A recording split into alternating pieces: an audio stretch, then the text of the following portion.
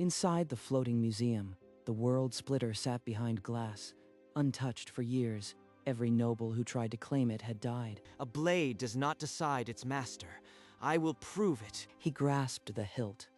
The cutlass flared with white gold light, and a scream tore from his throat before it was swallowed by dead silence. Lord Akira collapsed, his armor clattering. Empty eyes stared upward.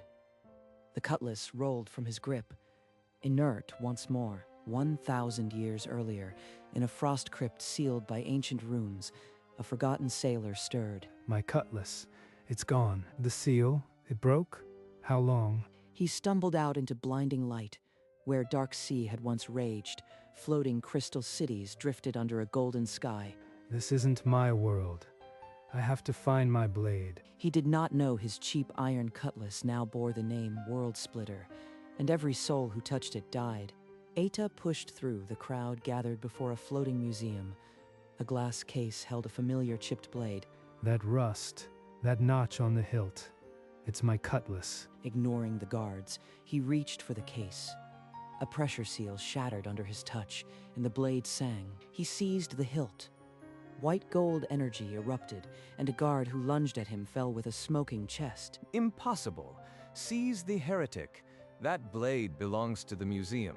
Belongs? I forged this blade with my own hands. The cutlass responded to his anger, sweeping an arc of light that shattered the guards' rifles. That blade has killed every noble who touched it.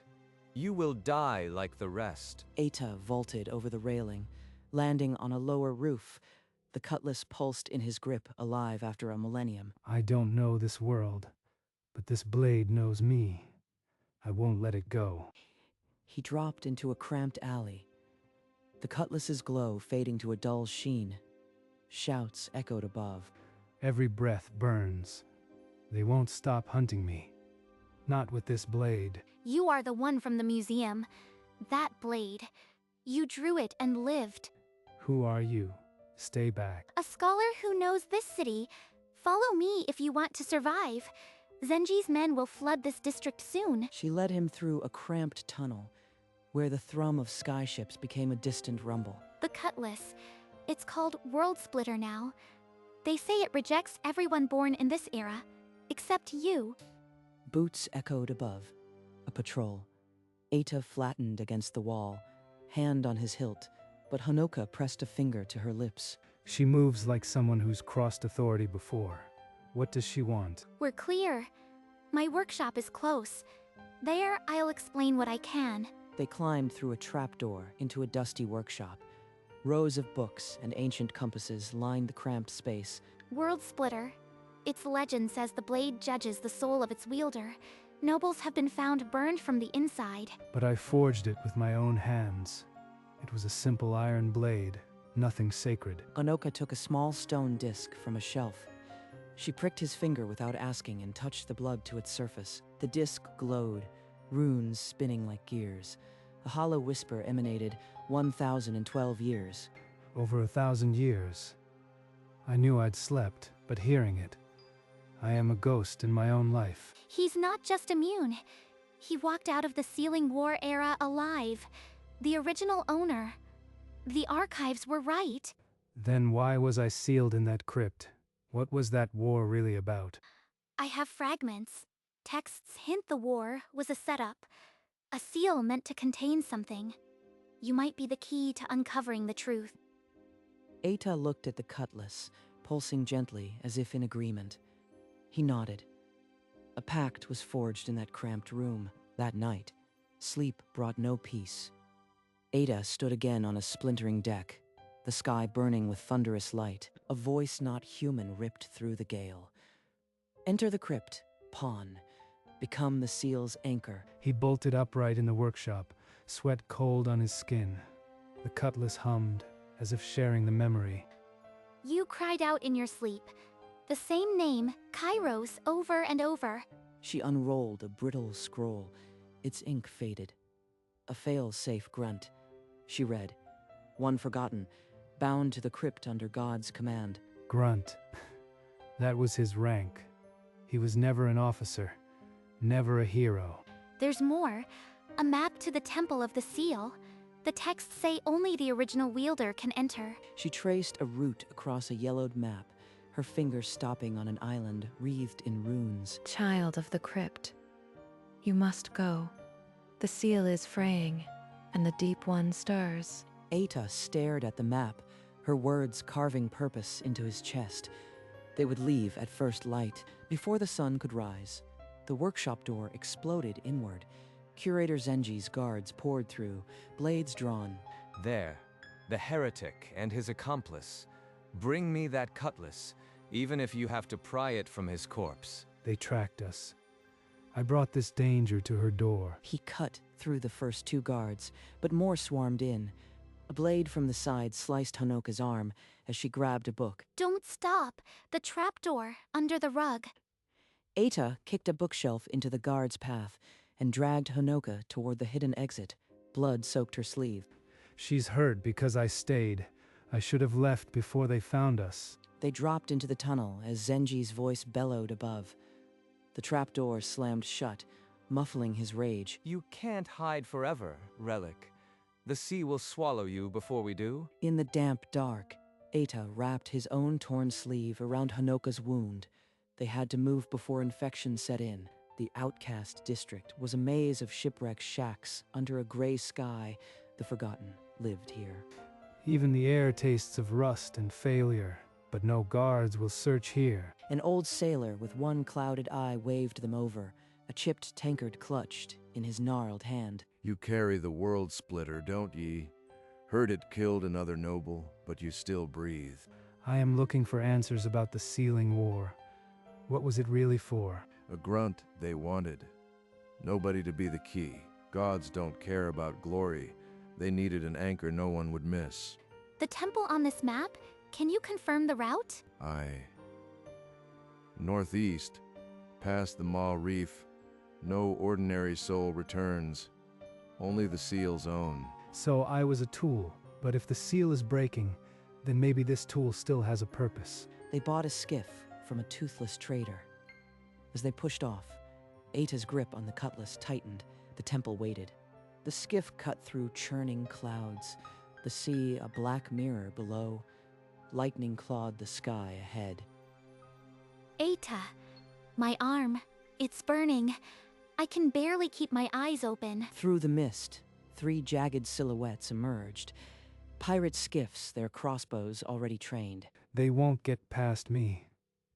Not while she's like this. Bolts rained down. The cutlass sang, white gold arcs slicing projectiles from the air. 2 pirate ships veered away, but Honoka's grip slipped. She crumpled onto the deck, her breathing shallow. Stay with me. I can see it. The Temple Island. Just hold on. Through the gale, a floating island loomed, broken columns and moss-covered stone, wreathed in a faint blue glow. This place, it's calling to me. The cutlass knows it. The skiff scraped onto ancient stone. Eta lifted Honoka's limp form, the cutlass lighting their path into the ruins. The cutlass lit the temple interior, revealing ancient murals of gods pulling strings over armies. This isn't history. It's a script. Every ship bears the eye of the gods. Eta. The gods. They used everyone. All of it planned. The cutlass resonated, and from the walls, a spectral woman emerged. Sage Kayade, her form woven from light. Child of the crypt, at last you've come. The seal weakens with every tide. The war was a ritual, not a conquest. You were chosen to be the fail-safe, an anchor no one would mourn. Chosen? I was a grunt. A nobody. You call that choosing? Your ordinariness made you perfect. Only the original wielder can reseal it. Refuse, and the entity wakes. I won't be their tool again.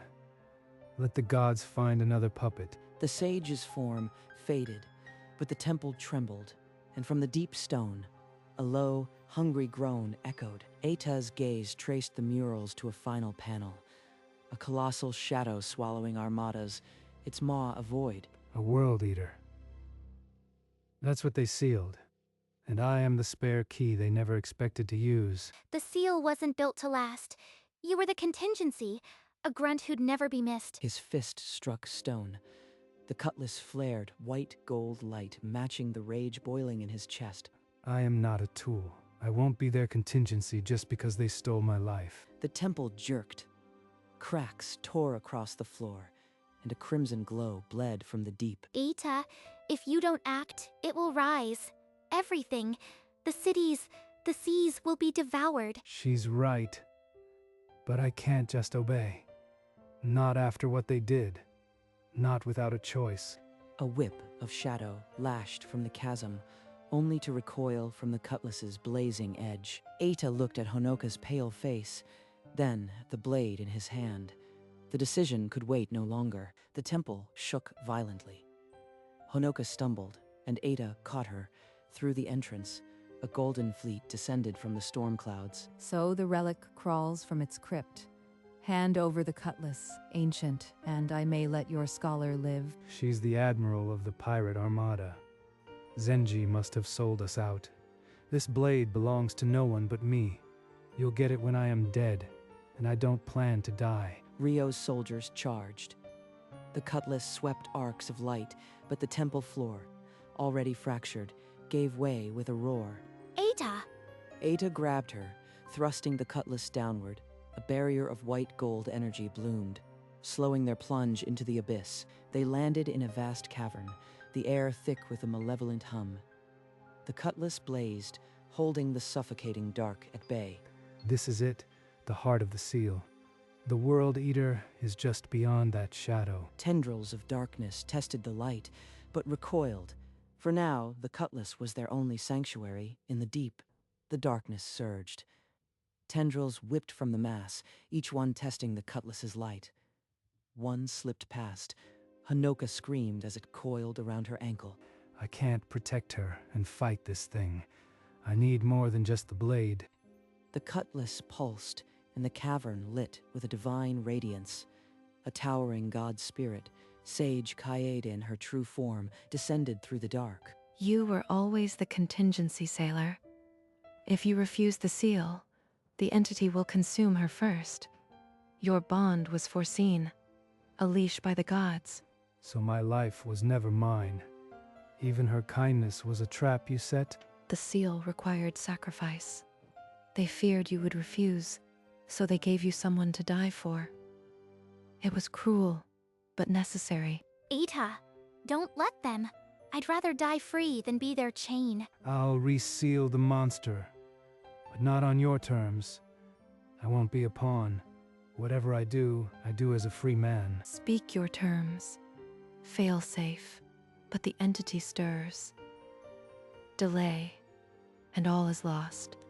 The cutlass hummed in Eta's grip as he began to forge a pact, not with the gods, but with the blade and the woman he refused to let die.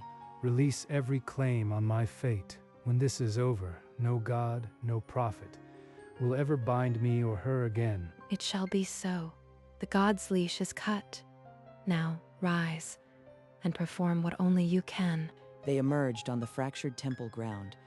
Honoka was ripped from him before his vision cleared. Ryo's soldiers already had her. Don't give them the blade, Eta. They'll kill us both regardless. A clever girl, but wrong. Surrender the world splitter now, and you'll both walk free. She's lying, but if I attack, Honoka could die before I reach her. I need a split second. This blade chose me, not you. If you want it, come and take it, but my answer is no. Before Ryo could bark an order, Eta lunged. The cutlass carved a blinding arc, separating the soldiers from their prisoner. Metal screamed. The cutlass sheared through a guard's sword like paper, and the second man staggered backward, a smoking gash across his chestplate. Honoka stumbled clear, clutching her wounded arm. Eta stood between her and Ryo, the cutlass humming with unspent fury. Ryo's sword met the cutlass in a scream of sparks. She was fast, centuries of duels in her blade, but Eta was fury unchained. Every ancient pattern she knew, the cutlass shattered. It sang with recognition, guiding his arms. 3 blows, and her guard broke. I could end her here. The old cutlass would drink her death, but that isn't why I'm fighting. You are beaten, Admiral. Order your soldiers to stand down, and I'll let you live. Rio gave a stiff nod. Her soldiers lowered their rifles. Pirate and captive alike watched the ancient sailor who had conquered their admiral. The monster beneath this island will rise unless we seal it now. I can do it, but I need every hand to hold back its spawn. The murals show how. It won't be easy, but we don't have a choice. Help us or there won't be a world to plunder. A murmur swept through the pirate ranks. Then, one by one, weapons were raised, not against Eta, but toward the chasm. Rio, still on her knees, closed her eyes. Eta approached the chasm's edge, the cutlass pulsing in time with the distant, furious heartbeat of the sealed god. Draw the runes as I showed you. I'll anchor the energy from here. Go, before the next tremor splits the island. The cutlass. It's feeding on my own life. Every pulse drains another heartbeat. But it's holding, for now. The power he had wielded, so easily now scorched through his veins. His skin paled, but his grip never faltered. Eta, take this. I found it in the old texts, a fragment of the same iron, shaped during the original forging. It might hold you together. A shard. Like the ones the blacksmith used to test the temper. She's thought of everything. If the blade takes too much, push your will into the shard. It knows the original fire. She's giving me a lifeline, but she can't follow where I am going. If I don't return, she'll at least be free. Stay here, anchor the surface. If the ritual breaks loose, you'll be the only one who can finish it. Finish it. Number. This shard is my gamble. If he gives too much, I'll push my own soul through, and the gods can watch me break their script. He stepped to the edge of the chasm. The cutlass roared, a beacon against the crimson hunger below. With one last glance at Honoka, he plunged into the abyss, the shard burning against his heart. The red swallowed him whole, and the cutlass's light became a solitary star in an infinite void. Is this death? Number, the shard still burns. This is the entity's mind, reaching out to break my will. From the dark, translucent figures formed, his old crewmates, hollow eyes and open mouths, accusing. A captain's specter hissed. You left us to die, Eta. You hid while we drowned. I was a grunt. I was dying. I didn't choose the crypt. The gods chose me. I won't carry guilt that isn't mine. He raised the cutlass, and its light didn't shatter the ghosts. It illuminated them. They were puppets of the entity, wearing borrowed sorrow. I am not your guilt. I am not their tool. I am Eta, and I came here to end you. The last illusion screamed and dispersed. Ahead, in the deepest dark, a colossal heart of crimson and shadow pulsed, the entity's core. One strike, and the seal resets, but it will take everything I have. This time, it's my choice. He pressed the shard to his heart, feeling Honoka's will entwined with the ancient iron. The cutlass blazed in answer. It was time, with both hands. Eta drove the cutlass into the pulsing heart of the World Eater. White gold light flooded the darkness, turning crimson tendrils to veins of molten gold. On the surface, the pirates battled erupting tendrils, but Honoka's eyes remained fixed on the chasm. A vortex of light shot skyward. My body, it's coming apart, but the seal is holding. Just a little more. His voice, I can feel it fading. He's giving too much. The shard in her hand ignited, a bridge of light connecting her to the fading warrior below. Honoka, her will is here, pulling me back, but I have to finish the seal. The core imploded into a white singularity, and Eta's form dissolved into light. The cutlass, now dark, fell beside him as water rushed in. The vortex collapsed, leaving a stunned silence. The sea around the island calmed. The seal had held. Number. Eta. I won't accept this. Without hesitation, Honoka plunged into the chasm, the shard burning a path through the dark water. She found him floating, still, the cutlass drifting out of reach. Honoka pressed the shard to his chest and felt her own heartbeat stutter. If the gods won't give him back, then I'll tear their script apart myself. The shard dissolved into threads of light, weaving into Eta's veins. His amber eyes flickered, a spark returning. Honoka kicked upward, dragging Eta by the collar. The surface broke in a splash of gold, and eager hands pulled them from the chasm. Onoka, you jumped. Of course you did. A clatter of gold armor cut the silence. Admiral Ryo stepped forward, then knelt, her sword offered hilt first. World Splitter chose its master. We were fools to doubt. Command us, original owner. One by one, the pirate crew knelt. The legend of the World Splitter had found its true ending. I never wanted an army, just a quiet life. But first, we need to get out of here. Admiral Rio straightened and gestured. A golden crown was produced, placed on a velvet scabbard. The fleet is yours, World Splitter's master. We will follow you, as the legend promised. I never asked for a fleet. I forged my own blade. All I want is a quiet life. A ripple of disbelief ran through the assembled pirates. They had expected conquest, not a tired sailor's dream. And I am not going anywhere without her. She's the reason I am still standing. I'll go wherever you go, Eita. But I think we've had enough adventures for one lifetime. Eita retrieved the cutlass, its pulse now a gentle thrum. He and Honoka walked toward the skiff, the island silent behind them. 1,000 years late, and all I wanted was something the gods never gave me, an ordinary tomorrow. The pirate fleet watched as the small boat lifted off. Admiral Ryo remained kneeling until the skiff vanished into the clearing sky. The World Splitter had found its owner. And for the first time, it was just a cutlass.